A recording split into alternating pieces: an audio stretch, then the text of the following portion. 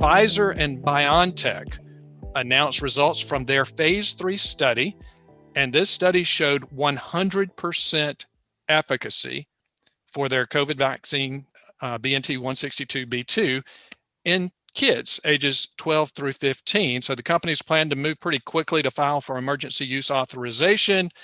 So at last I looked, I'm going to check really quick here, Brian. So BioNTech stock is up around 5%. It's actually up just a little under 5% right now.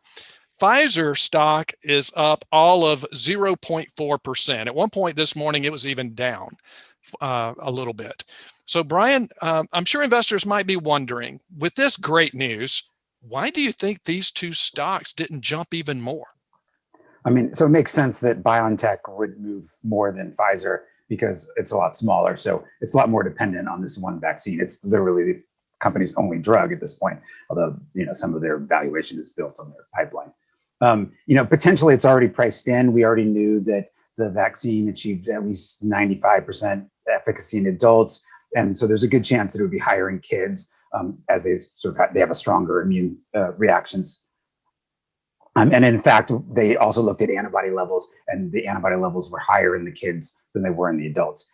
The other thing is we don't really know whether it's 100%. So there were only 2,260 kids in this study. So there's probably not that many kids in the placebo group. I scanned the press release a couple of times, and I didn't see an actual number that they gave, but the placebo group presumably only had a few COVID-19 cases. And so we're comparing that to obviously 0 in the vaccine group, but we're comparing 0 to a small number, which technically is 100%. But who knows if they enrolled tens of thousands of patients like they did with the adults, whether we would get 1 or 2 cases in the vaccine group, and then it's not 100%, it's 90 something. So, and then finally, I've heard some doctors argue that the side effects, however low for the vaccine, might actually be worse than just letting kids get COVID-19, at least for the average kid. I mean, certainly sicker kids are going to want to get the vaccine because they're more likely to die. But for the average kid is probably not going to die from COVID-19. And so, the vaccination rates in this age group might not actually be all that high. Yeah, I think that last point probably might be the biggest reason why these stocks didn't move as much. I think maybe some investors are just expecting that vaccination rates in kids won't be nearly as high, and so this won't be as big of a boost for revenue as it might otherwise seem to be. Now, I don't know about kids between 12 to 15 years old. I haven't seen any census data on that specific age group, but I know that kids under 18 in the US make up over 20% of the population. So, if vaccination rates were high, then this news could be very, very good for both of these stocks because it could really boost sales. I think I think you're right, though. I mean, I think we'll just have to see whether or not parents want their kids to be vaccinated.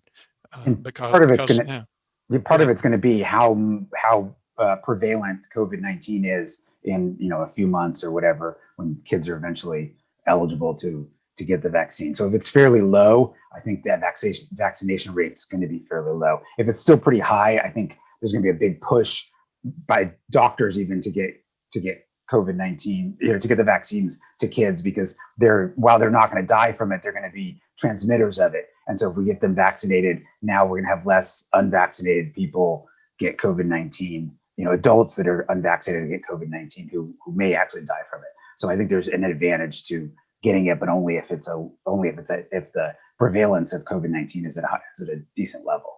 Right. And, Pfizer CEO mentioned that they hope to win EUA pretty quickly so that they could start to vaccinate this age group before the start of the next school year, which will be here. And I guess school isn't wrapped up yet for this school year, but the summer will pass quickly. Do you think there's even a possibility some schools will require or heavily push for their students to be vaccinated before they return to school in the fall? Yeah, I don't know. I have no idea. I mean, I think if they did, there may be a lot of pushback. I don't know. We'll have to wait and see. I mean, I guess there's some pushback even on the more common kids vaccine. So we'll have to wait and see, I guess. Yeah, my hunch is that you're right. My hunch is that there would be considerable pushback, even though the vaccine does appear to be safe and effective for kids, but we'll see. But neither of these stocks, well, I guess BioNTech stock did move a little bit, but that's not unusual for a smaller biotech stock to jump 5%. I And mean, that I think if you probably look at BioNTech, you could find some 5% moves on no news.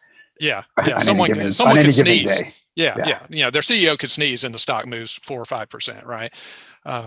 All right, so we'll see what happens on this story.